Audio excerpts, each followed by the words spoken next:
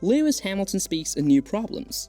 Mercedes W13 has had a difficult start to the 2022 season due to extremely poor performance. Even though it has made some headway in understanding the phenomenon, a more challenging Monaco Grand Prix weekend has shown that it still lacks complete control over the vehicle. Welcome back to our channel. In this video, we will be talking about Lewis Hamilton speaking on the new problems. If you haven't subscribed to our channel yet, you can do so by clicking here. Mercedes and zero-side podium concept. Toto Wolff, the team manager, thinks that even while the W13 is progressing, it is still not ideal that they don't seem to be gaining any ground on the leaders in terms of pace. We may be the third team, I believe. We are neither second nor fourth. Even though we have two really capable drivers, the gap is roughly the same, which is extremely annoying to all of us. If you take an optimistic view, it is 5-1-0. Pessimistically speaking, it's greater than 8/10. And that is unacceptable to all of us at Mercedes. To be honest, I believe we're learning at every track right now. Every kilometer we travel is a significant lesson in how we can make the car better. However, we just need to leave the no man's land that we're currently in. Mercedes had recently faced criticism for its zero-side pod concept, but how it performed at the Spanish GP seems to have put an end to the discussion for the time being. The company's current focus, according to Wolff, is on fully achieving the promise that it believes it has in its car.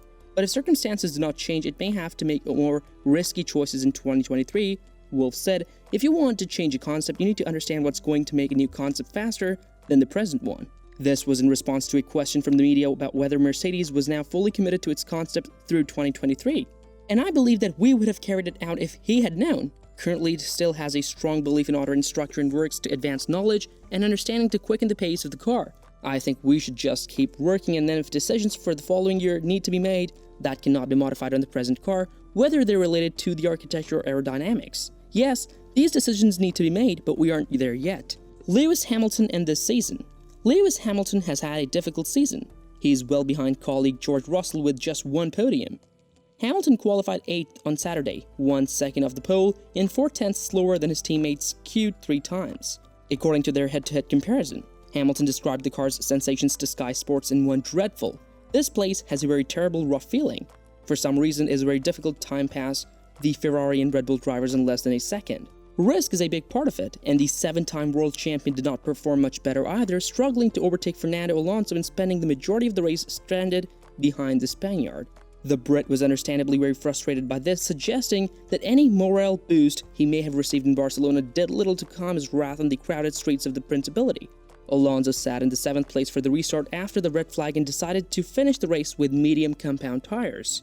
Alonso and Hamilton. The Alpine driver, however, was much slower than the vehicles in front, falling behind the leads by 3 to 4 seconds per lap and Lando Norris by a significant margin in laps 5 and 6. Alpine attested that his car was in perfect working order. As Alonso picked up the pace with 15 minutes left in the race, it irritated Hamilton as he sought to pass him. Alonso that sent him the fastest lap in the race. After the race, Alonso claimed that his slow stint was due to Alpine's calculations that indicated he would need to save his medium tires for the race's final stint.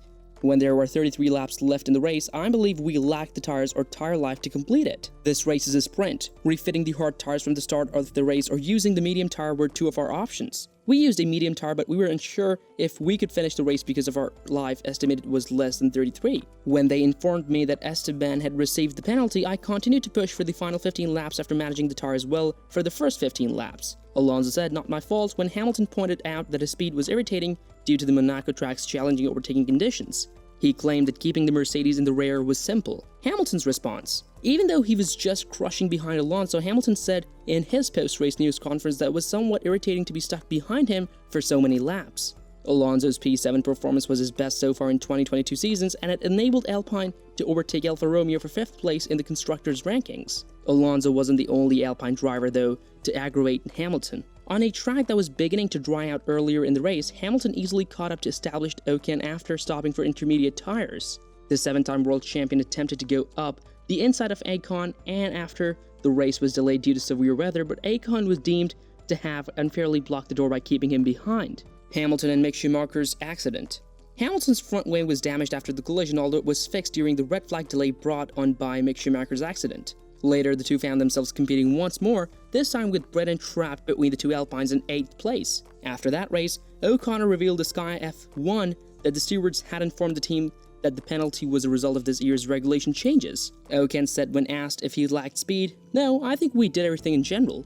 Before receiving the 5-second penalty, which is still incredibly unfair, we were racing well. I'm upset about it because it destroyed our outcome, but it is what it is. I went to review with the stewards, who said that if this had happened the previous year, it would have been considered a racing incident. I'm not sure what has changed significantly this year. The Monaco fight. When Ocon was obliged to concede that his intense Monaco fight had come to an end in defeat, he claimed that the officials warned him that similar conduct would have gone underpunished last season. We met with the stewards for a review, and they informed us that if the incident had occurred last year, it would have been a racing incident. I'm therefore unsure of what has changed this year. There isn't enough space to overtake in Monaco, thus there must be some type of touch. We were racing hard for sure, but we were competing for position and racing at the finish line again. It was fair racing, but there was some contact for sure, but we didn't suffer. This is very upsetting, but I'm still quite frustrated. After finishing second to teammate George Russell in yet another Grand Prix, Ocon's 5-second penalty did little to comfort Hamilton. The second-time world champion acknowledges that this season has not been without its share of misfortune and feels it time to turn things around after making headway with the W13's porpoising troubles at the Spanish Grand Prix. In Monaco, Mercedes was anticipated to keep up that pace. However, from the beginning of Friday's F-Tone session, both drivers felt excessive bouncing around the tight straight track. The team experimented with alternative configurations during each session to try and make it more comfortable for their drivers. Hamilton is also hoping that the car feels better in Baku than it did in Monaco, because there will be soon another street track in Azerbaijan. The lumps, grinding of my teeth, and shifting of my jaw make it feel the worst it has ever felt thus far here in Monaco. I've had enough of the shaking, Hamilton continued. Ours is so rigid, the suspension is forcing it back into the ground.